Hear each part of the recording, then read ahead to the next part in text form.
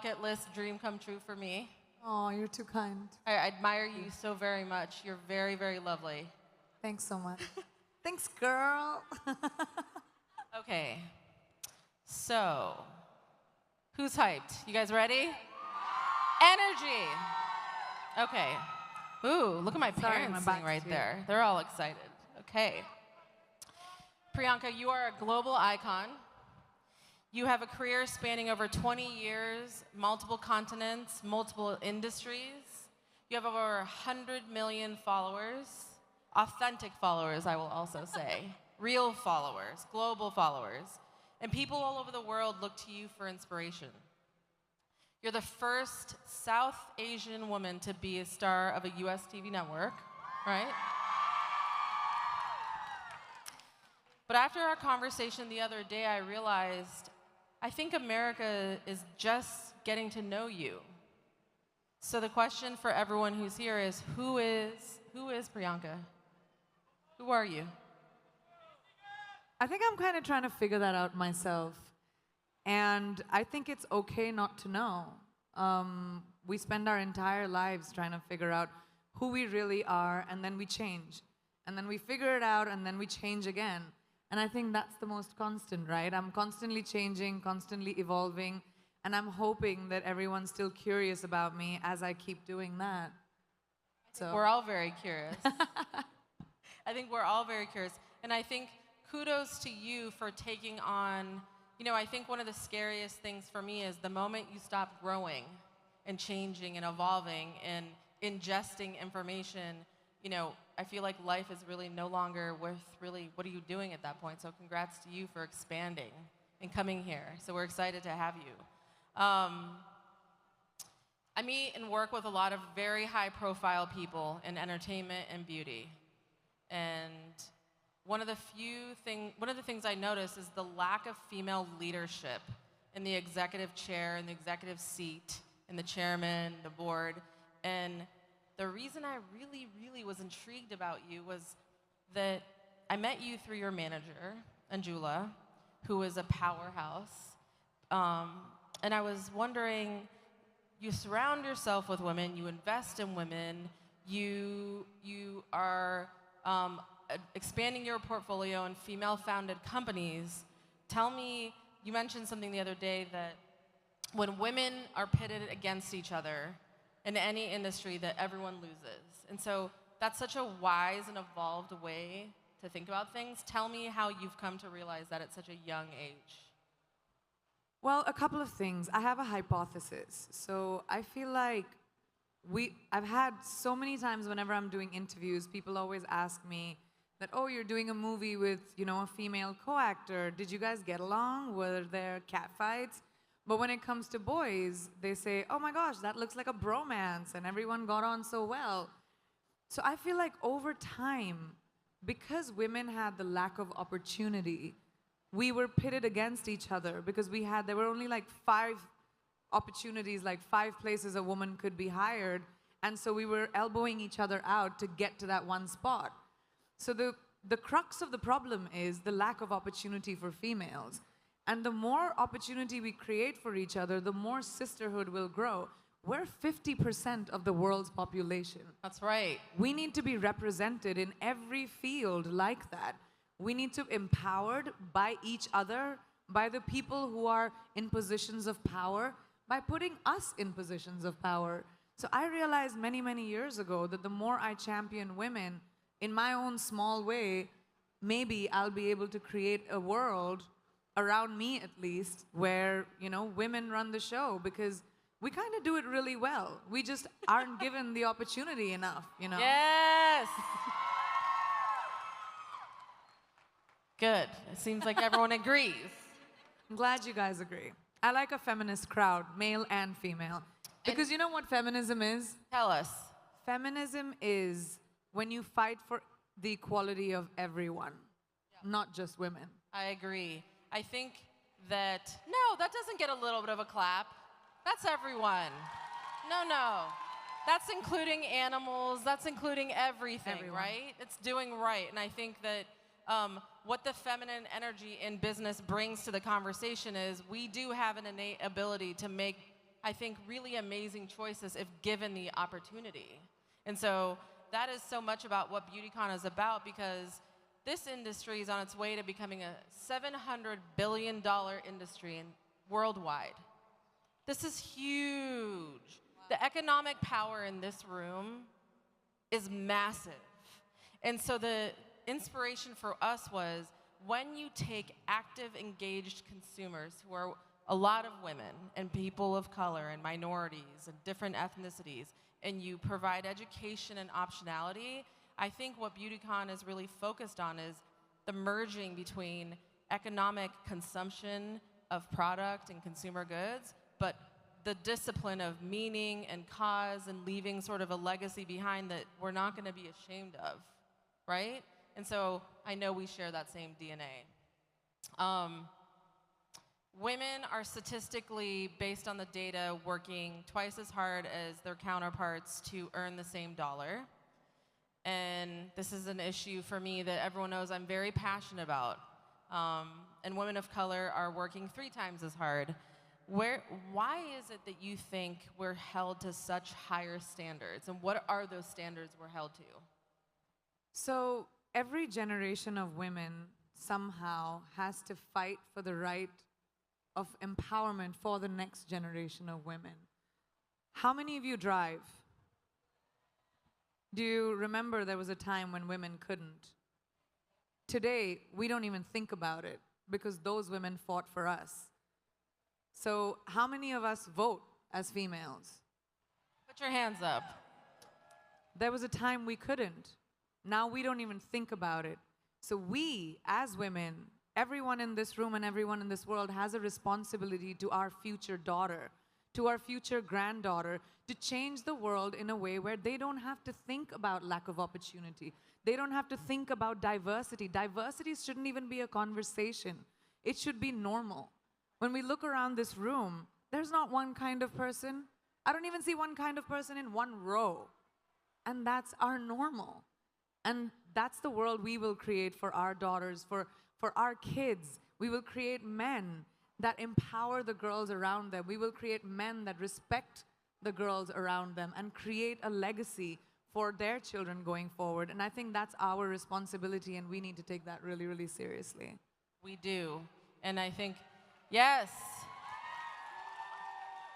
Thank you, thank you. So, you got married recently. Did. I have a feeling there might be some... A lot of people who like marriage, huh? Yeah. Or at least mine. Yes. Well, you would have had to been hit by a truck last year. Like, I felt bad for everyone that had anything to launch that week. Because there was nothing in the news, both digital, media, traditional, and so there's some, I would imagine there's some Nick Jonas fans here. That's what I figured. That's always good. He's very cheeky. He is a little bit in every way. And it was huge, right? This was this huge wedding. It was very traditional. It was very beautiful. But it was a ritual of ceremony that was both Christian and Hindu. And I don't know that the worldwide press had ever seen that before. A 4-day ceremony, two receptions. I mean, it's just a massive, right, 3 days, 2 ceremonies, and 4 receptions. 5. I can't help it. If anyone, okay, if you are South Asian or if you know someone South Asian, you understand that our parents, thank you, you understand that when someone gets married, everyone in your life needs to be a part of it. Everyone from before, everyone from after. And also everyone you've also never met. Everyone you've never met. Not even me, know. But everyone my mom knows, my parents know. It's like their friend from 50 years ago that they haven't seen, but their cousin's in town. Like, they're all coming. So because I put a full stop on how many people were invited at our wedding, which was just 180, which is really, really small for an Indian wedding. My mom was just like, well, how am I gonna, well, the jeweler needs to arrive, and my hairstylist, and so we had to do a couple of receptions for everyone else. And then when we came to America, my in-laws were like, well, we have friends too, so we had to do that as well. So it ended up being a few parties with like a whole bunch of people that I have known, little bit or a lot. But the wedding was spectacular. It was so special. It was 3 days. One was pre-rituals, which Indian weddings really have. We have an event called a Sangeet, which is like a rehearsal dinner, except you don't have a rehearsal or dinner. It's like a song and dance sort of competition between the two families. We loved it. We all saw it. It was so fun. The Jonas were very, very good. Extremely talented. Kind of threw me off a little bit. And then we also have like henna ceremonies where all the girls get henna, and like it's all sort of prep for the bride, and it was super fun. And then we had the two weddings to respect both our religions. And so, why was it so important to you to give the audience an opportunity to see an interfaith ceremony in marriage? Because, again, I think in a world with so much divisiveness, I thought it was brilliant that there was an example of actual equality and affection for each other's faiths, but why was that so important to both of you? It was not something that we intended to do initially. We wanted to keep this really, really private, but because we had the wedding in India, it was not private. It was not easy to do that. Were there like choppers flying over? Yeah, it was rough. So Okay. it wasn't really easy to do, like to keep it private. And then I just loved the kind of love and affection that we got when people were reading about the fact that this was going to happen. That we just thought that we were so happy and our families were so integrated, and it didn't matter what our religions were or which countries we came from.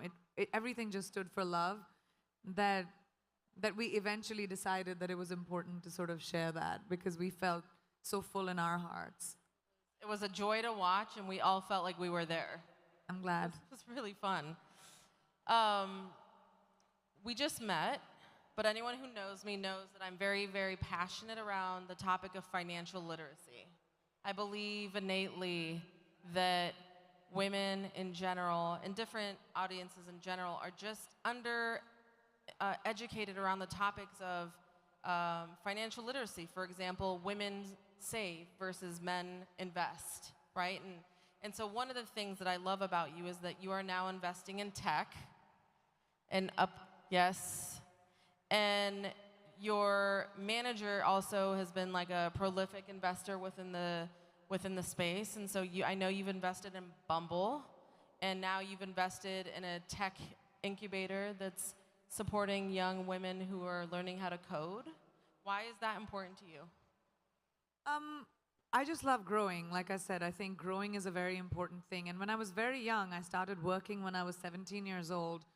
And I remember my mother telling me this really young, that women should be financially independent. It doesn't matter who your father is, doesn't matter who your husband is going to be, it doesn't matter who your brother is, it doesn't matter who the man in your life is. You need to be responsible for your finances and be financially independent. And that kind of really stuck with me. And as my career expanded, it was really important for me to invest in little things. So once I discovered tech, I have always been a fan of technology. I wanted to be an aeronautical engineer at one point. I wanted to build rockets. I wanted to, go to space. But then I became an actor.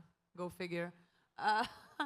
And when I got the opportunity, I remember I was at a dinner for Bumble in New York, and I just thought it was such a cool thing to bring back to India, where women take the first move.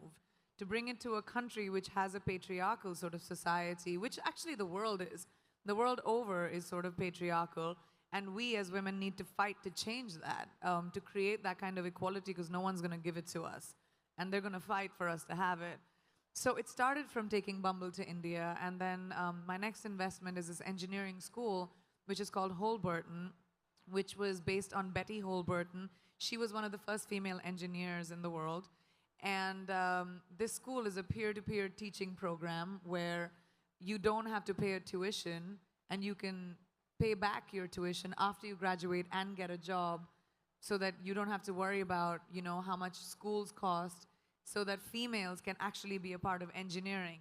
just think about it this way. All of us consume tech, right? All of you have cell phones. Everyone has computers. We're always online. Digital is such a big part of our lives, but the people creating technology, it's so skewed because it's mostly men. And these are men who decide what we as women need. So we need females to come into engineering. As AI starts coming in, and it's going to be a big part of our lives, can you imagine the artificial intelligence that we are consuming being created by guys? And guys are going to decide what kind of things we like. So we need women to come in and realize that tech is a big part of who we are and who we're going to be and our future. So hence me investing in the engineering school. I really love female-driven companies, and I like to give them as much strength as I can with my platform, and that's a big quest of mine in life. Thank you. How many of you, I'm curious, how many of you are interested or studying or thinking about studying science and math and STEM and engineering? Let me see your hands. Hands, Well, that's hands. good. That's the beginning. That's cool. We need you. We need you. Because you're right, the bias around technology, and I think that's what's so unique about Bumble. The idea that there had never been a dating site that gave women the first move was wild. Like when I saw that for the first time, I was like, duh, like how did that not exist? And so I think we're really counting on this next generation to take this opportunity to heart so that we can start to see business influenced by our point of view. And that'll take us finding our own confidence. Ladies, no one is going to give that to you. No one is going to tell you, here's an opportunity, go make something of yourself. You're going to do it for you. Because people are only going to try and take it away. And it's so important for us to be able to empower each other in everyday life. We don't have to conquer the world. You don't have to be the only person who reaches space. Like, you don't have to have crazy, wild ambitions. You just have to find your power and to say that, oh, I can do this too. I don't have to create like this crazy opportunity for me to thrive. You can thrive in anything you choose. Just have to find that confidence within yourself. And how do you find that confidence? By telling yourself that your flaws are fine. Each one of us is flawed. No one is perfect. None of us. We all have bad days. We're all gonna feel like shit sometimes. Sorry for my French. Feel like bad sometimes. We're on the internet. We can say what we want. Okay, great. But you're all gonna have bad days, and that's fine. We have this crazy standard, especially with the internet, where everything has to be perfect all the time, and we have to look perfect, we have to behave perfect, we have to say the right things. Everyone screws up, and that's all right. You laugh through it, don't take yourself too seriously, and make sure that you don't live for someone else's validation. It's your validation that you need. That is a huge reason of why we continue to grow and expand every year. I think everyone knows who's been coming to this festival for years that every year it just continues to expand and grow because we find that the hunger for self-authorship, for women and people to self-author both the good things and the bad things about us. Really, we want those stories to come from ourselves versus the constant pushing of the media of what it should be. And I think that is really, I think the next generation of invention and business will come from a new generation of entrepreneurs that self-author. You know that saying where they say beauty lies in the eyes of the beholder? Well, bullshit. It lies in your eyes. That's what I always say. Who's beholding you, man? When someone says that to me, I'm always... It's so crazy. I think when someone... someone said that to me recently, and I said, you know who made up that saying? A guy. A guy. A guy said beauty is in the eyes of the beholder because it was always a guy. Because women, I think, just think about beauty through an entirely different lens. I mean, we can be quite harsh, but I think there's a different lens and a different context, and so yes. But it's, it's fine to like someone appreciating you. It's fine to have, a guy or a girl or whoever's in your life telling you that you're beautiful. I love it when I'm told I'm beautiful or I'm feeling myself. It's great to hear that. Should we tell you? Okay, let's tell her. And I'm saying it's fine. Don't let anyone tell you that That's not okay. That's fine too, but that's not what your validation should be. That's a bonus. Your validation should be the spring in your step when you walk out of the door because you feel good. And even if you don't, that's fine too. And I think your achievements, right? It's about what you're up to in the world. Like for me, like whenever I feel like I've had the worst day ever, I always run through the list of what did I get done today? And generally, if I run through that list and I find that I did a bunch of things that I needed to get done, I generally am like, okay, well, I don't feel so great, but I got a lot done. And there's something about getting a lot done that for me makes me feel quite awesome. That's cool. I should try that. I usually just sit with a tub of ice cream and sulk. I do that. I can't lie. Are you a sweet tooth? Are you like sweet? No, I only like ice cream. Okay. I actually don't like sweet. I'm more savory. Same. I'm a savory. Spicy and savory. Spicy. Although my mother will tell you I just snack all the time. She's always smacking me, telling me she's right there. I'm a snacker too, I have to say, especially at 2 a.m. My mom's really excited. Do you see her? See, that's my mom. I do. Hi. Okay. Okay. Beauty has always been a big part of your life. I know that when we asked you to come, I know that you had a genuine interest in beauty. What does beauty mean to you? I feel like you've answered that, but I think your perspective is even more interesting because you are in a constant time zone. You are flying around the world. You see a lot of different cultures. Where do you think global beauty is now going? Where is it going? I think travel and meeting different people of different ethnicities and different parts of the world is so important to expand our minds. Even if you just are interested in different countries or what kind of music people like to listen to or what are the stories or just being curious about different cultures instead of being scared of them. Like, I think we're living in a world where we're so afraid of different that when something is different, we'd rather not be curious. We'd rather be like, all right, I don't want to offend someone, or I don't want to say something wrong, instead of being curious and saying, well, what is your name, and where do you come from, and what do you like?